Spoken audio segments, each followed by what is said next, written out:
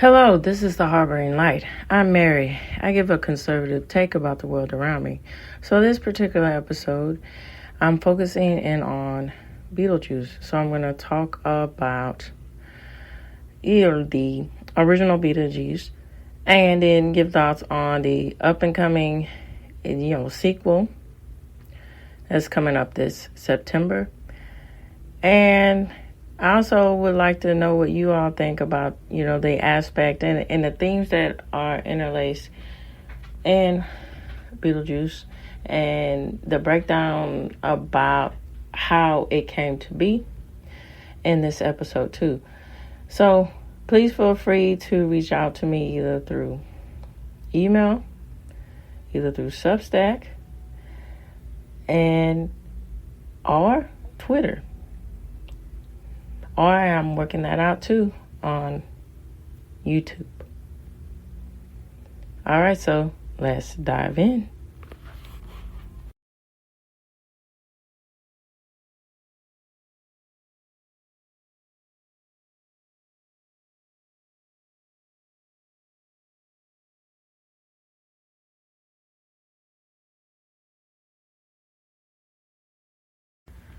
Okay, so, Tim Burton style. Wow. The aesthetic in his style, particularly when you see it in movies like Edward Scissorhands, and then even in the Batman, and going on to Big Fish, going on to The Corpse Bride, and so forth. It has a way of bringing the macabre, but merging it with a fantastical kind of perspective that's something to take a deeper look at. And he also has another layer onto this of the aspect of bringing forth the uncomfortable, and to where you feel that sense of presence in each different films in a different way, to where it's questioning the sense of morality and the aspect of the human nature, particularly with the aspect of family and tradition. All right, so what am I saying about this? What is, all of these things focusing in on? So, excuse me. So, with Beetlejuice, okay, you know, it's set up with this young couple and the aspects of them in the afterlife of still trying to hold on to the aspect of what is good and what is moral, even though they are in the afterlife and they're seeing all these going in between the natural world and the spirit world, and seeing all these outrageous things in the midst of it. And all these elements come into play. So it's quite interesting when I'm going to towards the mid layer piece of this episode, get into the aspect of the facts that I discovered. It's quite interesting with the two script writers, creators, with rolling that into the director, Tim Burton. And then, that's a whole thing within itself, is writing the map to the director, or is the director the final call? It's a whole thing with it. But needless to say, that's one of those elements too, in the direction of how a film goes or how a television show goes from my point of view. That's something to also consider too. So it's quite interesting with the notion of having the concept in mind of what would it be like, what would this element be like if these paranormals, if these spirits, phantasmas, so to speak, putting in that little layer of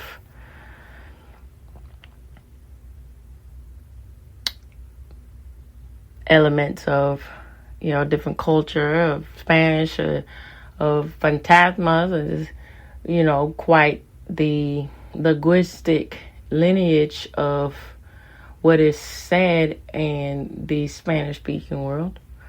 And it's quite interesting with the element of the layers of how that, connects to the aspect of ghosts and paranormal too, because that's a ever-present thing, particularly in Mexican culture. And it unites into different aspects or aspects of the culture as you go into South America and then on to Europe with Spain and things of that nature too. So that that's why I mentioned that. So it's a very intriguing sort of come to terms to think about that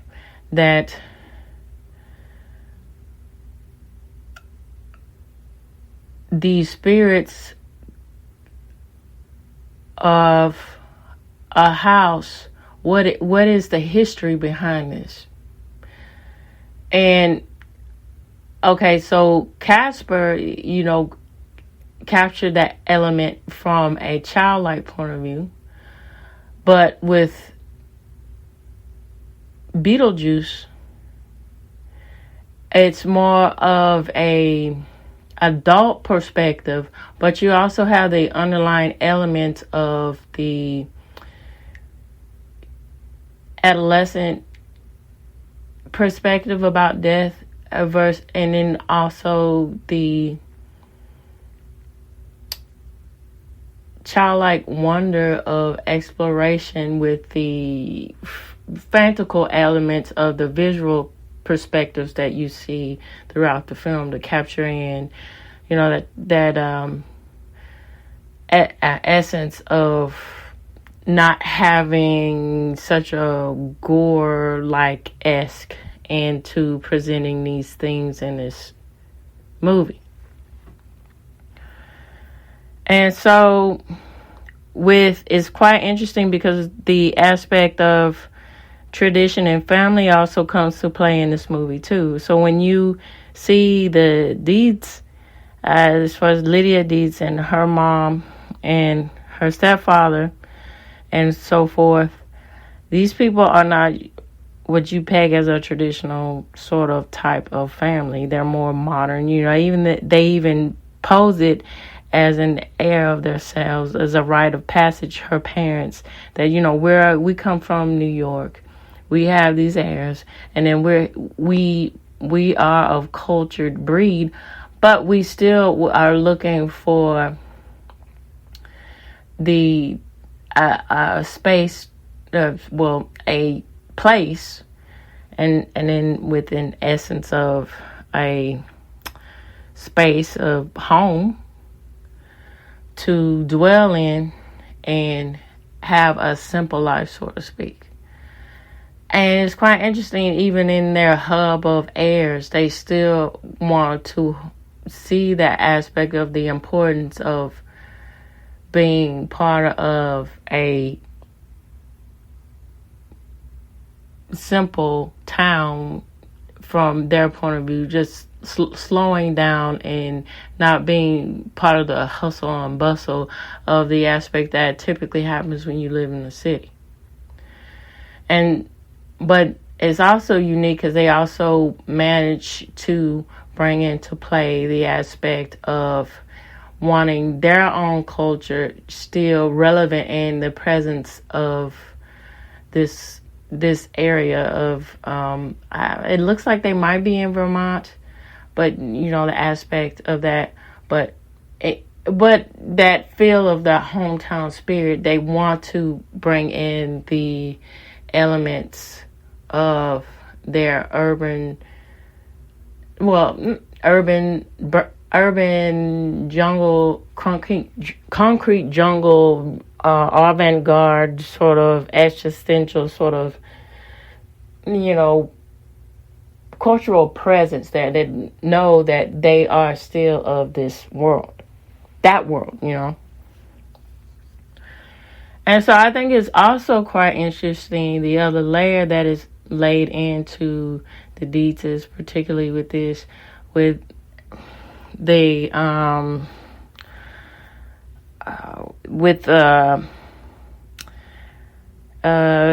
the interior designer that Catherine O'Hare brought in.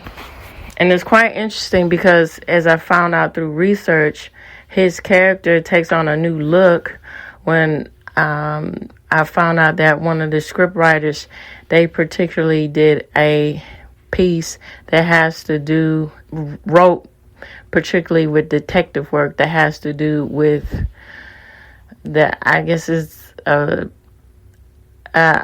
spoof or being element of that, with bringing in the aspect of crime and detective and in the aspect of homosexuality and all of that interlaced in these writings, that one of the particular writers did write pieces like that. And then when you see this character in there, you start to wonder, is that also a tie to the thinking process of how this character is developed? And so I'm particularly bringing this up because it's interesting, because it's one of those things that, it's a nod, wink, wink about his sexuality, but it's not abrasive in your face. Oh, look, this is I am gay, hear me roar kind of perspective. It's more like he is a sophisticated element of layer of the type of people you will find living, particularly in New York, but you can kind of see his sexuality comes to play at that. And so that's a far cry of, unfortunately, of the things that we see in today's era, particularly with the abomination that happened. And that's just,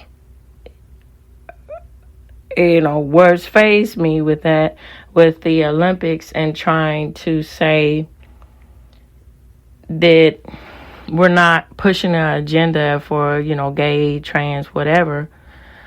But it's a time and place for all of those things. Watching the Olympics is about a place of looking at people who work hard and strive hard and want to be the best, and within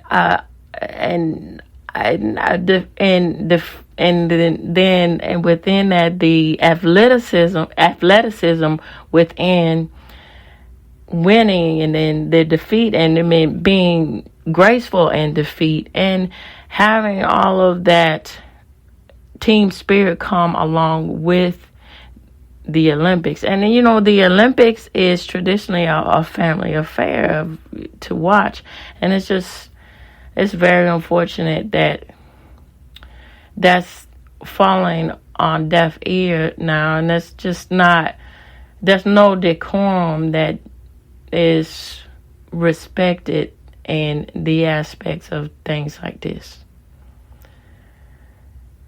And so with the Gina Davis and unfortunately Alec Baldwin with his insanity and his everything that's going on in his life, personal life. But, you know, his particular character here, you know, looking at the bright side of his character in this movie, is very interesting because these two characters are the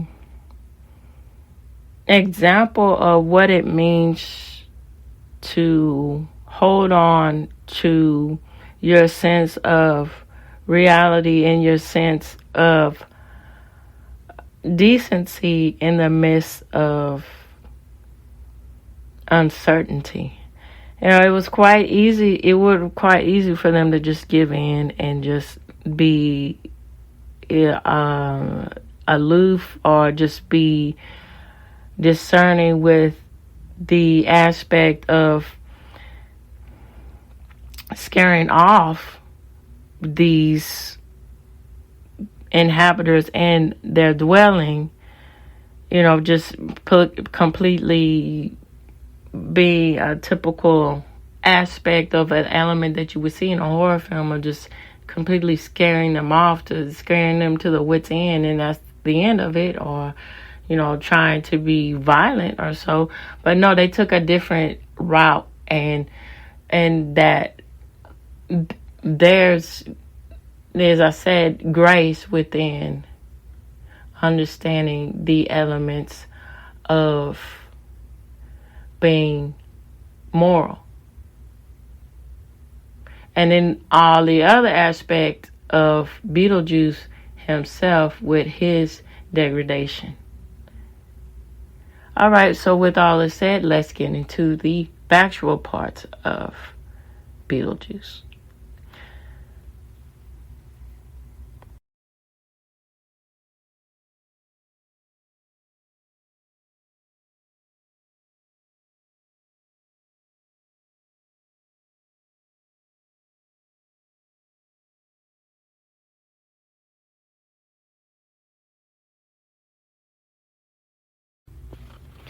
Okay, so all of this started with Bad Neighbors.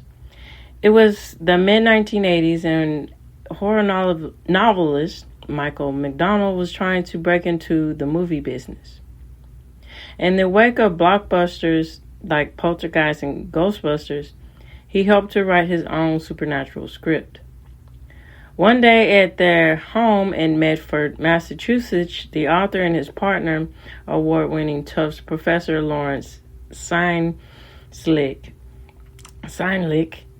were thinking of ideas. At the time, the families living nearby often annoyed them. Steinlick couldn't really recall what they exactly did to perturb them, but it served as inspiration. Spooky films usually features evil spirits preying on unsuspecting humans. Steinlick wanted to flip that premise. What would be the situation, he asked, if you had good ghosts? And it's the people who moved in the house who were awful. With that concept in mind, McDowell devised a professional bioexorcist to scare off the insufferable occupants. So the brainstorming commenced in sessions formed from the basic plot of the decades as it's deemed funniest scary movies.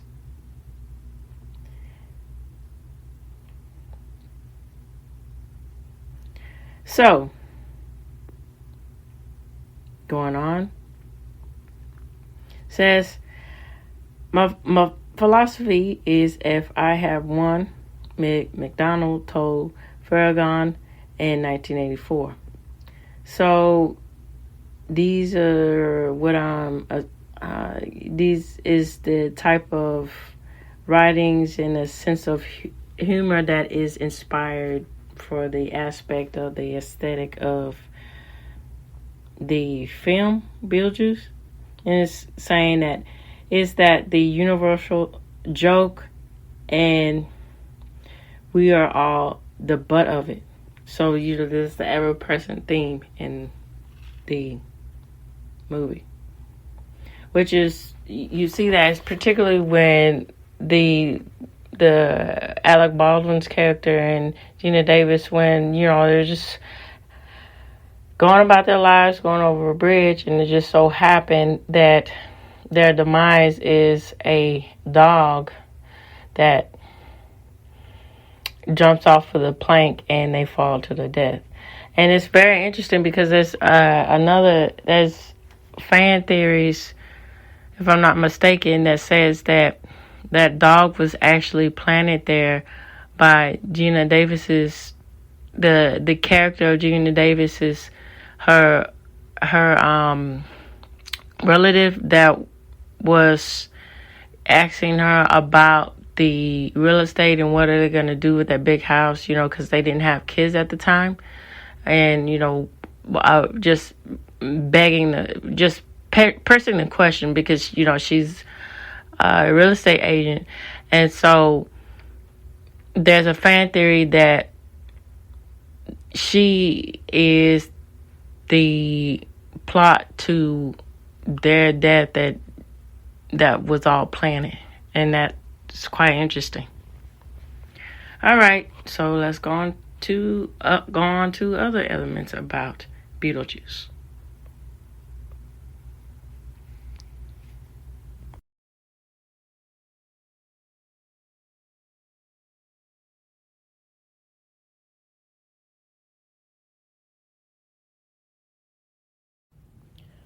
All right, so I think it's quite interesting. I'm just merely going off the trailer that I saw for the up and coming Beetlejuice, the sequel. Interesting with the aspect of see how that plays out with conjuring Beetlejuice back into Lydia's life. And also an interesting take that it's the perspective of a daughter getting her back and saving her, and the elements of showcasing that of how set fear per se or phantoms reoccur back, and in facing those demons and having to use playing with the elements of having to use the forces of evil to come back good.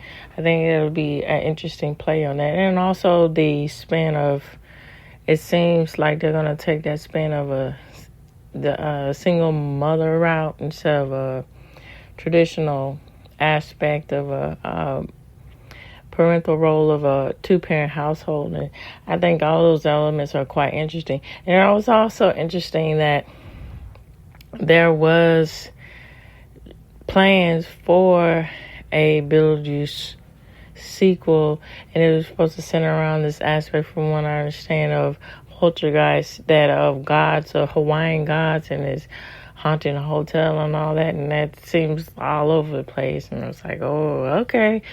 But, this up-and-coming film that's coming up in September, I think it is something to take a second look at. All right, so here we go. Let me go into more depths about the factual part of everything with Beetlejuice. So no other material was or ever would be better suited for than the 29-year-old at the time Tim Burton's playful, macabre aesthetic. So the director's second full-length feature tells the story of a deceased couple, Barbara and Adam Matlin, which is Gina Davis and Alec Baldwin, whose old Victorian home is invaded by tasteless yuppies, Delia and Charles Dietz, which is Catherine O'Hara and Jeffrey Jones, and their goth teenage daughter, Linda, Winona Ryder, and Michael Keaton, which plays the iconic title character, and spelled Beetlejuice to be exact. And it's quite interesting with Michael Keaton playing this role. And he's just, I think that was a really good choice with picking him, because he had that knack to really get in depth with the character, different characters, to where he's not stereotyped into certain roles, and he could really portray that in the best light of the weirdness and the obscurity of this particular character, Beetlejuice.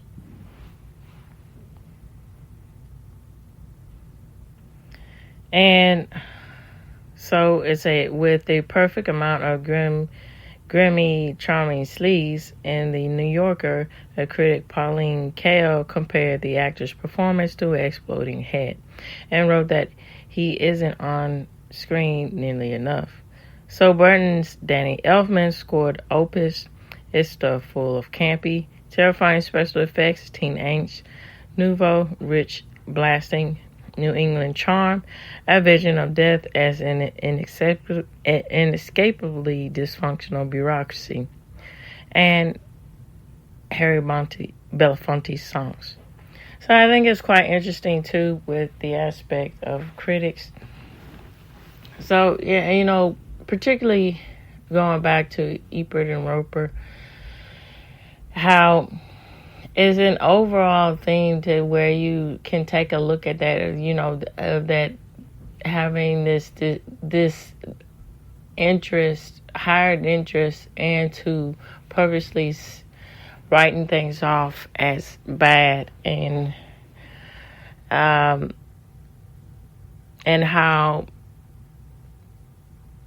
not really, giving things a good analysis, and just seeing stuff at a elementary, rudimentary substance surface level sort of idea, that that being pretentious for the sake of pretentious, and that linking into these critical reviews. And then it's quite interesting when it's one of the things you got to take things with a grain of salt and see it for yourself, and then just go from there. And then how all of that is rooted in the essence of films, of how this whole culture of cult classics and stuff comes to be. I think that's quite interesting. And then also a very interesting documentary out called Brats, and it's all about the Brat Pack. And so, needless to say, the 80s zeitgeist of teen flicks, and how this one critic deemed them as the Brat Pack without, as a stab at the way that they were portraying American youth at the time. And so, they took this as a personal attack, and it changed the path of these particular actors' careers, and how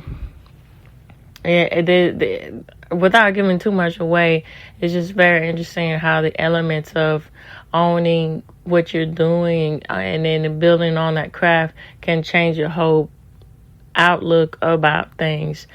And it could have been a whole new path for these actors, but some understood that and some didn't, and it's just quite interesting the elements of critics, how they play in films and the careers of actors and actresses. Okay, so how this formed a box office hit that spawned a Saturday morning cartoon and action figures and a theme park attraction. In hindsight, the success of a picture so strangely memorable possessed dinner party guests lip singing Deo, Killer Sandworms, and Robert Goulet seems quite obvious that this would get a following. But initially, the script was seen as intriguing but ultimately impossible oddity. Everybody wanted to own it, Senlick said. Nobody wanted to make it. Luckily, what turned the studios off actually appealed to Burton. So he was a former animator, fresh off his debut from the film Pee-wee's Big Adventure. The things that interest me the most, he told Rolling Stone in 1988, are the things that potentially won't work. It took an extraordinary effort to make Beetlejuice work. Without the assistance of a pair of young development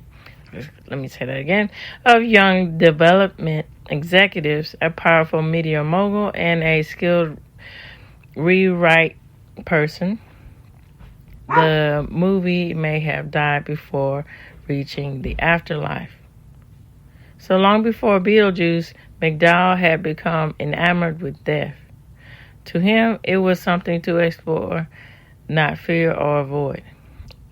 Laughing about it certainly wasn't off limits.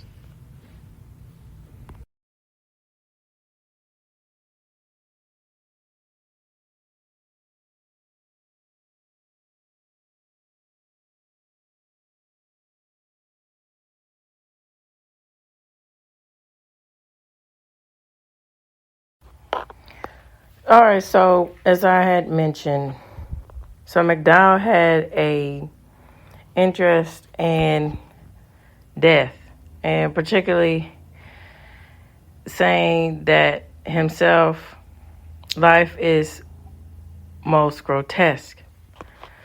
So this leading into his interest with P.H. Lovecraft, and also credited to Chinese and Japanese occult films that shaped his sensibility about death. So it says, quoting him, not for anything specific, he said, but just for their way of treating the supernatural in a straightforward fashion, and a way that Americans never quite get. So, also to add on to this, it's interesting, because particularly in Asian culture, the afterlife is seen as a step and another path of life, per se. You're not really, it's not the final aspect of a person's life. Just, that's what I'm saying, put it in that perspective. So, all right, so in 1968, McDowell began attending Harvard. While at college, he met Senlick, who directed him in a production of Bartholomew Fair, and they went on to have a 30-year connection. After graduating with honors in English, McDowell pursued a PhD in Brandeis and began writing fiction. In 1978, he finished his thesis, American Attitudes Towards Death, from the periods of 1825 to 1865. His first published novel, The Amulet, was released a year later. The Alabama-set Southern Gothic horror story hinges on a piece of jewelry that might be caused of a rash of grisly deaths. So this kicked off a run of pulp titles that included Cold Moon over Babylon of 80, The Elementals of 81, and the 6-volume Blackwater of 83, among some other books. So he also went under the pseudonym and co-wrote a series of gay detective novels, as I was talking about earlier. So in these novels, he was a working writer. He was a working writer. So within these novels, it said that Silent Slick, the author and editor, more than 25 books he wrote himself. He didn't rest on his laurels. It's the same. So he pumping out all this stuff. So McDowell took pride in his ability to churn out entertaining copies that was best enjoyed in the moment. So it says, with him quoting, "I think it is a mistake to try to write for the ages," he said in Douglas E. Winter's Face of Fear, a collection of interviews with the top horror writers. Says, "I seriously doubt there will be anyone here in 100 years. So he may not have considered himself to be a towering literary figure, but he was a writer's writer, so to speak." So, none other than Stephen King, from whom McDowell later co-wrote the movie adaptation of Thinner, once called him the finest writer of paperback originals in America today. McDowell broke into Hollywood in the early 80s, first writing for pioneering horror George A. Romero's anthology TV series Tales from the Dark Side. So by the mid-80s, he'd begun living part-time in LA. There he connected with Pico's production founders Larry Wilson and Michael Bender, who opened some of McDowell's books. At the time, Wilson was coming off a stint at Paramount. While attempting to prove himself as an executive at a mass studio, he said in an interview he felt like he'd surrendered ownership of some of his best ideas. So the experienced story and analyst, though he was returning to screenwriting and would be more fulfilled than doing somebody else's projects. So soon after this, he started working on McDowell on what became Beetlejuice. So the original story was significantly more sinister, particularly in the lead role being Beetlejuice. So here we go with this. So Beetlejuice was more sinister, more macabre, Sinlick said. The character was supposed to be a homicidal demon, not a scheming horn dog exterminator. At first, the Matlins died a truly gruesome death, and the Deeds had not one but two daughters. So when McDowell and Wilson finished in the latter part of this, said in interviews, he dropped the script off with an executive he knew at Universal. So where he served as a director of development for filmmakers Walter Hill. So the unnamed higher up read the draft and a few days later called Wilson into his office. So he literally said, "What are you doing with your career?" So in response to this, Wilson, who ended up as a credit on Beetlejuice, and this is an interview that Wilson did with Den of Geek. So this is what he said. "This piece of weirdness, this is what you're going to go out in the world with. You're developing into a very good executive." So it says, "You got great taste in material. Why are you going to squander all of that for this piece of BS?" Putting it mildly. So what basically was he saying? It goes to show right. Fortunately for Wilson, he had a backup plan. So while teaching UCLA and extension courses, he'd gotten to know Marjorie Lewis, a young developing executive at Griffin Film Company. So Griffin Film Company, backed Beetlejuice. And here we go. She loved Wilson's classes, during which well-known scripts were scrutinized and discussed. Says, I read everything she told me, and I read faster than anybody. And early of '85, Wilson brought Lewis Beetlejuice and asked her to read it. Said, I was blown away. Goes on, the next day, she dropped the script on the desk of Griffin president Eric Einser. She remembered imploring him to buy it, even going as far as threatening to quit if he didn't. So Lewis said that Griffin Film Company purchased the rights to the script that week. Burton was then wrapping up production on Pee-wee's Big Adventure for Warner Brothers, Griffin Film Division's parent company. When the director read the script for Beetlejuice, he was smitten. He thought he could have written it himself, David Ellerstein wrote in Rolling Stone. It carried his trademark blend of the outlandish and the matter-of-fact sort of speaking. But jargon of how, from what I'm interpreting out how everybody, the mechanics of writing, how people speak in the script, the characters speak in the script, that is. But after Burton signing on to helm the project, the studio gradually picked apart the script, which was at one point the working title was House Ghost.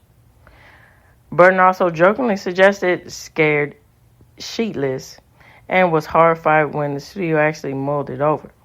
In those days, Mike Simpson at William Morris represented both Burton and Warren alike. On the agent's recommendation, there are Schikeren, a screenwriter who just finished refiguring out the Top Gun script, was hired to polish up Beetlejuice. So according to the rewrite man, Alison Macker's biography of Shaken, he and Burton hit it off while spending time in the writer's hometown of Austin. Quite interesting. So by the late 80s, Keaton wasn't exactly in demand. So after starring in his hits like Night Shift in '82 and Mr. Mom in '83, he appeared in the underwhelming Touch and Go of '86, and then in Squeeze of '87. Still the man who later became Batman turned Griffin down before finally giving in and taking the role. So it says this, as quoted, "You couldn't back him into a corner," Lewis said of the media mogul. "He's the smartest man in the world." So in early '87, Beetlejuice was shot both on a soundstage in Los Angeles and East Corinth, Vermont. So that's where the location was for the small town. So the quaint New England town provided the ideal backdrop for the clueless access of the Dietz, who turned an old house into a tacky art installation.